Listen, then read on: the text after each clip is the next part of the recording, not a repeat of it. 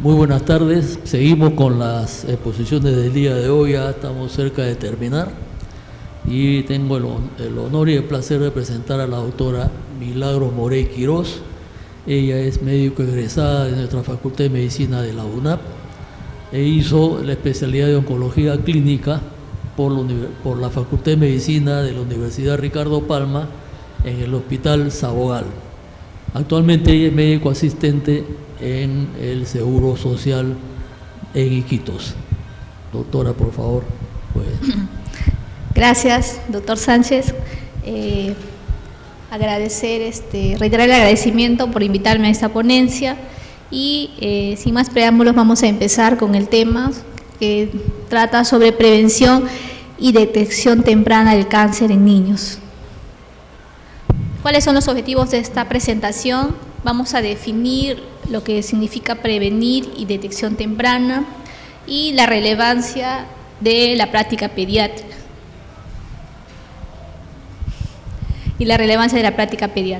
En realidad está enfocado también a que se pueda canalizar lo que se encuentra en las guías para los colegas que se encuentran en el primer nivel de atención. Cuando hablamos de cáncer, la incidencia global estima que más de 275.000 niños y adolescentes tienen diagnóstico de cáncer y de estos 150.000 mueren por ese diagnóstico. ¿Cuáles son los causas más comunes? Estamos hablando de leucemia, tumores cerebrales y linfomas. ¿Cuáles se concentran estos casos avanzados en países de recursos bajos? La Organización Panamericana de la Salud, a partir del 2019, junto con los países latinoamericanos, han hecho esfuerzos denodados por hacer un diagnóstico situacional de lo que significa el cáncer en pediatría y tomar medidas conjuntas que ayuden al diagnóstico temprano, a la prevención. Justamente en Latinoamérica y el Caribe se ha estimado la carga de enfermedad y todas las muertes por cáncer. Se estima que se presentan 29.000 aproximadamente nuevos casos por año, de los cuales puede haber más de 10.000 muertes entre personas de menores de 20 años. La proporción de cáncer que priorizan incluye la leucemia linfoblástica aguda, que es la más frecuente en una proporción de 26,9%, seguido del linfoma de Burkitt, la enfermedad de Hodgkin, retinoblastoma, enfermedad de Wills. Cuando comparamos estos datos con el perfil de cáncer en niños y adolescentes de los datos del Perú, si bien es cierto, la prevalencia es un poco menor, la carga de cáncer, es un poco menor, con 7% de todas las muertes, se llegan a diagnosticar 1.559 casos por año, con 708 muertes anuales. La proporción de cánceres priorizados estima parecido a lo que se ve en América Latina, en el resto de países, a la cabeza con la leucemia linfoblástica aguda, seguido por el linfoma de Burkitt, linfoma de Hodgkin, retinoblastoma. En cuanto al perfil de cáncer y supervivencia, todos los diagnósticos solamente son cubiertos por el 23,7% de los registros de cáncer poblaciones. La supervivencia neta para todos los cánceres de niños en América Latina es de 55% y de la leucemia linfoblástica aguda 61%. En relación a la respuesta de salud, en general en América Latina, el 67% cobertura el tratamiento de estos pacientes y para lo que se refiere a atención especializada se cuentan con 395 centros en Latinoamérica. En relación a cuidados paliativos, tenemos 0,8 equipos de cuidados paliativos por billón de niños en menores de 15 años. Esta misma situación en Perú no habla de la supervivencia de los otros cánceres, pero se registra que 60-69% de pacientes con leucemia es la estimación de supervivencia por este diagnóstico. En relación a las muertes, 46 mueren en razón de supervivencia, 46 mueren por causa de enfermedad cada año. Y en relación a cuidados paliativos, vemos que existe una inequidad en relación a este grupo. Tenemos 0,2 equipos de cuidados paliativos pediátricos por billón de niños en menores de 15 años. En el Perú la incidencia es relativamente baja, como lo hemos visto en relación a otros países, y las tasas de supervivencia siguen siendo bajas en relación a los países desarrollados por el tipo de acceso a servicios oncológicos especializados. Estos son datos que obtenemos del sistema que nosotros manejamos en salud, el SGS, en relación en los últimos 5 años a los diagnósticos más frecuentes que se han atendido o los pacientes que se han referido. Nosotros en salud y en general en Iquitos no contamos con la especialidad de oncología pediátrica para lo que es atención. Básicamente nosotros en todos los hospitales en Iquitos somos hospitales que referenciamos pacientes niños, ¿no? Y ahí tenemos que a la cabeza tenemos tumores de comportamiento incierto, los melanomas, la leucemia en tercer lugar, y en total en los últimos 10 años se han referido 68 pacientes. Sin embargo, estos datos no son del todo precisos porque, como ya lo habíamos visto de manera general, nosotros no contamos con un registro especializado para pacientes con cáncer, pero es una aproximación de cómo se dan los principales diagnósticos en salud. Es importante identificar los factores de riesgo. Existen factores de riesgo genéticos que tienen que ver con la predisposición a desarrollar ciertos tipos de cáncer. Acá tenemos una serie de enfermedades que pueden predisponer a desarrollar un tipo de cáncer. Tenemos el síndrome de Li-Fraumeni, que puede llegar a desarrollar sarcomas, cáncer de mama, leucemias, las neurofibromatosis, la retinoblastoma hereditario, anemia Fanconi, etc. Básicamente para identificar que existe una data de predisposición genética en este grupo de pacientes. Factores de riesgo ambiental. Los he identificado porque me parece muy importante que dentro de la etapa prenatal y postnatal uno pueda identificar potenciales exposiciones a radiaciones ionizantes, sobre todo cuando los niños están en la primera etapa del desarrollo, ¿no? Como es la etapa fetal. Se ha identificado que tiene factores, que está muy asociado para desarrollar factores de enfermedades tipo leucemias y tumores cerebrales. Esto sobre todo cuando se exponen las mamás a radiografías, tomografías recurrentes, ¿no? Y esto se ha publicado en varios estudios, algunas referencias ahí. Contaminación ambiental, en ellos pesticidas, herbicidas, contaminación del aire. Tenemos benceno y otros solventes orgánicos. Y las infecciones virales, ¿no? Tenemos el virus de Epstein-Barr, que es fuertemente asociado al linfoma de Burkitt, y esto se da sobre todo cuando se exponen a edades tempranas, sobre todo si estos pacientes ya tienen de fondo predisposiciones genéticas. Factores socioeconómicos, ambientales y combinados. Una de las características primordiales en América Latina, en Perú y sobre todo en Iquitos son los determinantes sociales, ¿no? La pobreza, el acceso limitado a tratamiento especializado, el diagnóstico precoz, más la predisposición de otros factores hacen que el paciente sea propenso a hacer enfermedades oncológicas avanzadas. Este mapa de vulnerabilidad por cáncer nos ilustra el análisis situacional que se hizo en el 2018 sobre el cáncer en el Perú, donde Loreto ocupa una categoría de alta vulnerabilidad por cáncer. En esta categorización se realizaron estudios que tienen que ver con determinantes de factores sociales, de riesgo, accesibilidad, mortalidad, la respuesta de los servicios de salud. Uno de los factores que determinan una atención oportuna en nuestra ciudad es la accesibilidad. Tanto en el Ministerio de Salud como en Salud contamos con puestos que se ubican en El Estrecho, Caballo Cocha, en lugares donde un paciente que llega con un niño que llega con una enfermedad oncológica debutando como una emergencia, tiene mucha dificultad para el acceso y tanto para la identificación. Embarazo adolescente. Nuestra región reporta la más alta tasa de embarazo en adolescentes y eso es una tendencia que se mantiene desde hace mucho tiempo. Pobreza extrema.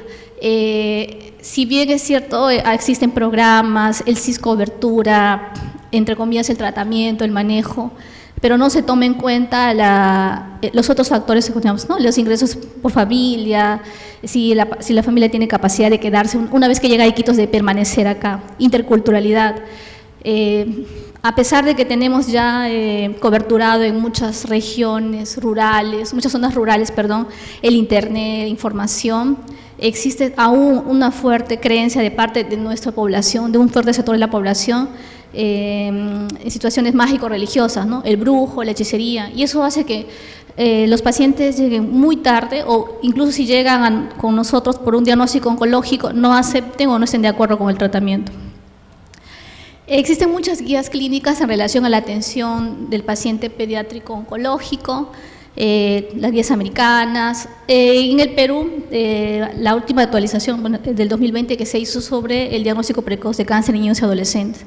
Solamente para revisar de manera sucinta la guía americana, tiene que ver con indicar detección temprana, confirmación diagnóstica, el algoritmo implica tratamiento inicial y el seguimiento.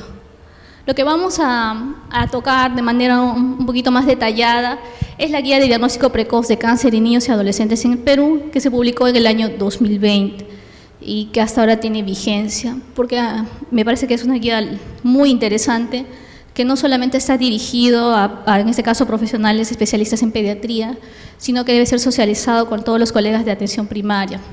¿Qué se busca en esta guía? Detención temprana y referencia oportuna para niños y adolescentes. Para esto, ellos, dentro de la guía, identifican con este fondo rojo a todo niño o adolescente que presenta al menos uno de los siguientes signos para ser considerado como un posible cáncer o una enfermedad muy grave. ¿Qué significa esto? Que si algún paciente presenta fiebre de más de 7 días sin causa conocida, dolor de cabeza persistente, de predominio nocturno, que se despierta con el niño, que se acompaña de náuseas, de vómitos, dolores óseos moderados a severos, petequias, equimosis. Cualquiera de estos síntomas deben orientarnos a pensar en una enfermedad oncológica o descartar un diagnóstico de una enfermedad grave. Otros síntomas que pueden presentar los niños son palidez conjuntival, palmar severa, leucocoria, ¿no? La pupila color blanco, estrabismo de reciente inicio. Si el niño ha nacido, digamos, con una visión normal, pero que posteriormente se observe el estrabismo o aniridia, otra alteración, debe hacernos sospechar altamente en una enfermedad oncológica. La heterocromía, ¿no? Y de diferente color, los ifemas, las adenopatías. En general, en los pacientes pediátricos, sobre todo en niños pequeños, es muy común las adenopatías inflamatorias, ¿no? Tenemos citomegalovirus, virus de Epstein-Barr o incluso alguna enfermedad bacteriana puede ocasionar adenopatías cervicales, ¿no? Axilares, pero sin embargo las características imagenológicas de una adenopatía axilar, inflamatoria, de una adenopatía infiltrativa que por cáncer son muy diferentes, y la clínica también, ¿no? Cuando nosotros palpamos las adenopatías inflamatorias, generalmente son blandas, poco adheridas, dolorosas, ¿no? Y cuando uno encuentra una adenopatía infiltrativa, esta es dura, ¿no? Como una canica muy adherida. Entonces, clínicamente es importante direccionar la ampliación de otros estudios cuando encontremos estos síntomas. En la imagen vemos, por ejemplo, el aumento de tamaño de una canal cervical, en este caso el paciente izquierdo, y luego ya una masa, ¿no? Que se convirtió en una masa, es un síntoma de una enfermedad muy agresiva. Los otros síntomas que tenemos, síntomas neurológicos de aparición aguda y progresiva, un niño que convulsiona de manera inesperada, asimetría por una debilidad, una hemiparesia, cambios del estado de conciencia, pérdida del equilibrio, disartria, ¿no?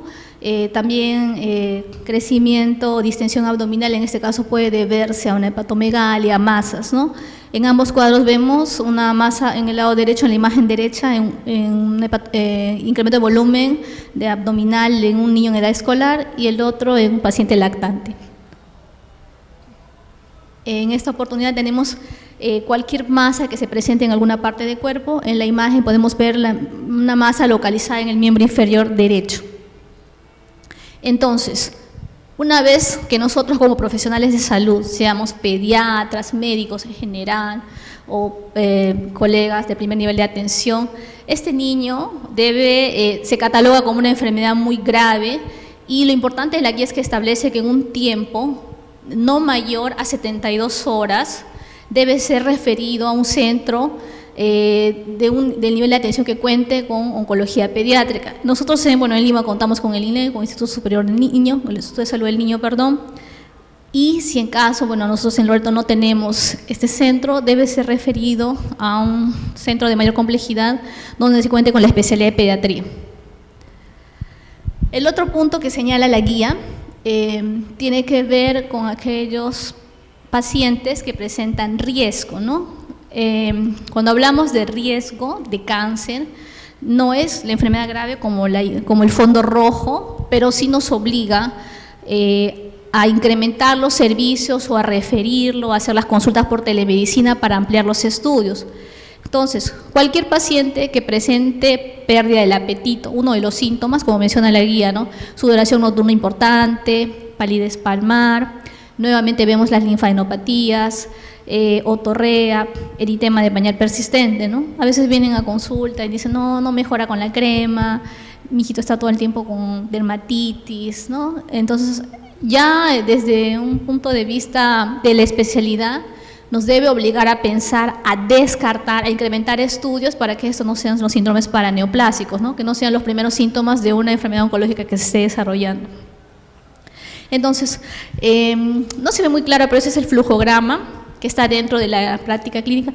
Y si pueden ver, tenemos el rombo de color rojo y el otro de color amarillo, donde nosotros hemos descrito cuáles son los signos para una enfermedad grave.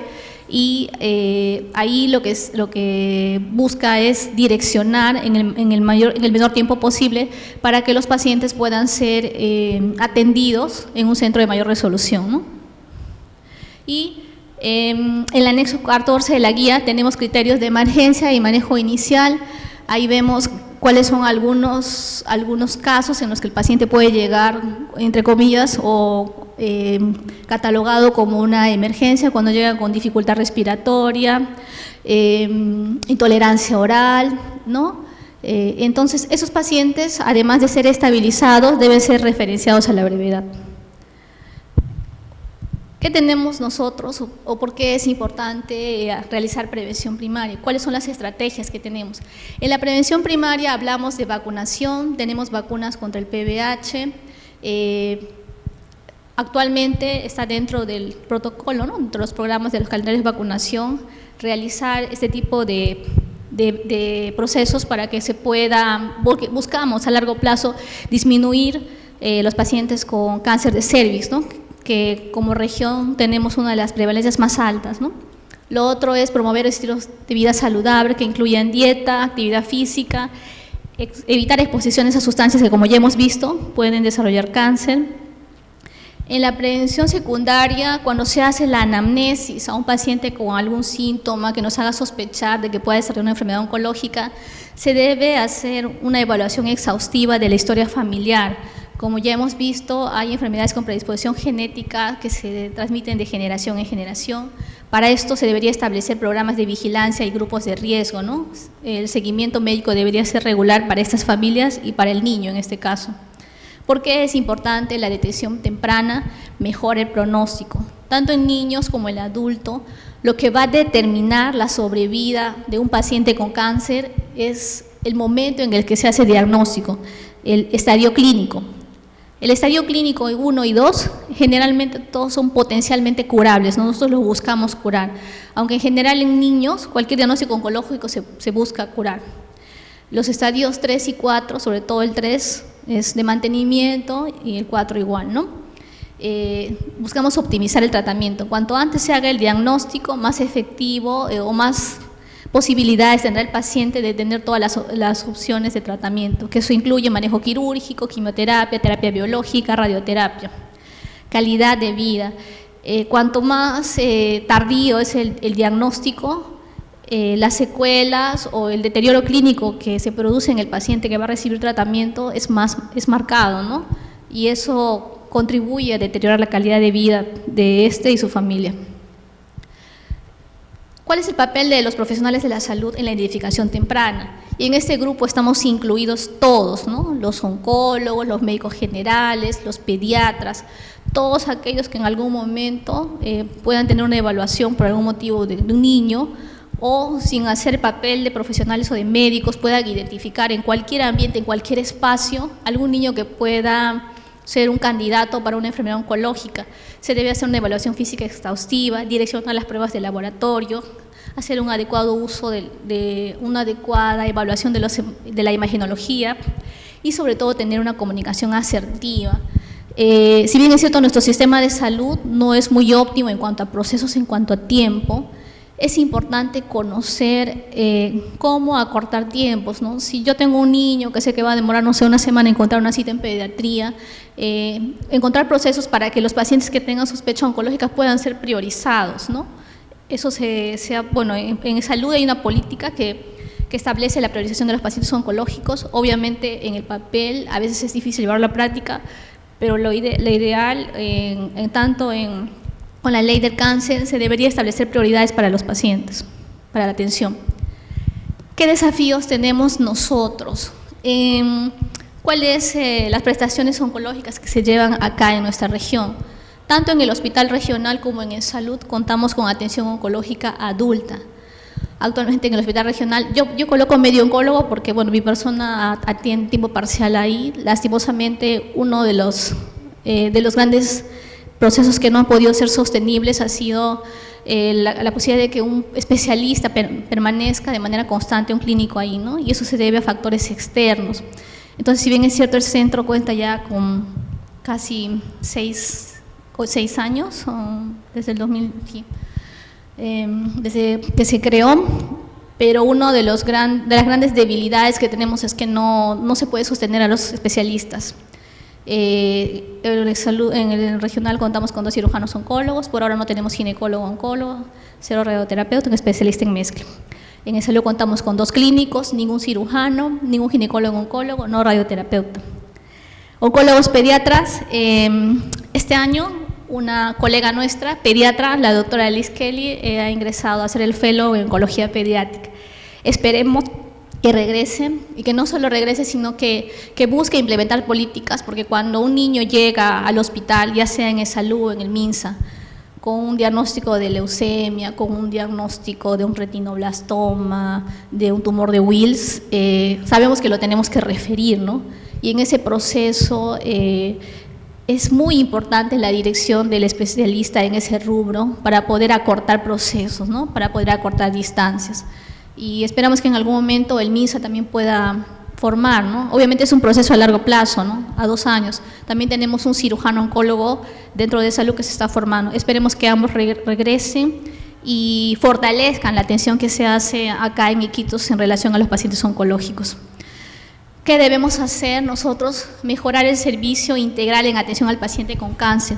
Cuando hablamos de servicio integral, hablo del oncólogo pediatra, del radioterapeuta, del cirujano pediatra, del cirujano oncólogo, del nutricionista, del médico de atención primaria. La atención en cáncer es integral. Cada uno de los especialistas cumple un papel.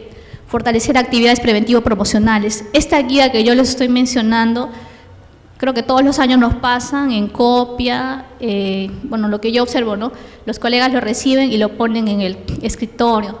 Esta guía debe socializarse de una manera activa, crearse talleres, visitar los centros de atención primaria para que se cree conciencia no solamente en los profesionales de salud, sino en todo el personal que labora, desde el vigilante de la puerta hasta el personal técnico. Debería tener la capacidad de identificar y saber que ese paciente tiene que ser atendido a la brevedad posible. Recursos humanos, vuelvo a hacer una crítica, ¿no? Hay procesos que no se sostienen. Tenemos una buena infraestructura en el centro oncológico del hospital regional. Lastimosamente no somos capaces de sostener la presencia de los profesionales que van de manera itinerante. Hay incluso espacios donde no contamos con esos especialistas y la repercusión en la sobrevida de los pacientes, en el avance de la enfermedad es visible, es notable. Adecuar la atención con enfoque sociocultural, ya lo he mencionado. Hay mucha creencia cuando los pacientes vienen sobre todo de periferia, en lo que es brujería, ellos le llaman doctor, ¿no? a los brujos, a los sanadores, a los chamanes. Entonces, nosotros debemos tener la capacidad de adecuarnos, de aceptar sus creencias y de integrarnos ambos, ¿no? Eso es un desafío. Finalmente, debemos hacer un enfoque en prevención, debemos fortalecer la prevención. Esto nos va a llevar a una detección temprana. Se debe fomentar el apoyo a las familias, se debe promover investigación en cáncer, en lo que es prevención, en lo que es manejo, capacidad resolutiva, implementación de procesos, ¿no? Entonces, lo que nos debemos llevar de esta exposición es la importancia de conocer las medidas para realizar un diagnóstico precoz, una intervención oportuna, identificar factores de riesgo, y tenemos una guía muy bonita porque los colegas que han trabajado en esta guía son muy didácticos y las imágenes que yo les he presentado están tal cual en la guía para prevención del cáncer del 2020. Sería interesante, como les digo, que no solamente se pasen fotocopias de esta guía, sino que se socialice de una manera activa, ¿no? Que todos puedan poner en práctica lo que se sugiere. Bueno, espero les haya gustado la ponencia. Eso es todo.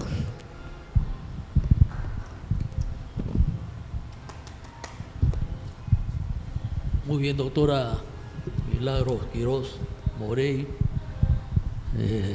Felicitaciones por su brillante exposición. Nos parece que es una exposición muy importante, porque también yo pienso que prevenir el cáncer en la niñez a la larga previene el cáncer en el adulto. Pero tengo una inquietud. Siendo los niños mucho más expuestos al sol que los adultos, durante el día, durante toda su vida de la niñez, adolescencia, ¿cómo es el cáncer de piel en los niños? ¿O necesita mucho tiempo de exposición para que pueda producirse? En realidad sí, ¿no? Porque el cáncer de piel es dosis acumulativa. Y si bien es cierto, en una de las diapositivas presenté que acá se identificó como segundo o tercer lugar con el melanoma en niños, que no es muy frecuente en realidad, la exposición a largo plazo podría ser de 20 a 30 años, ¿no?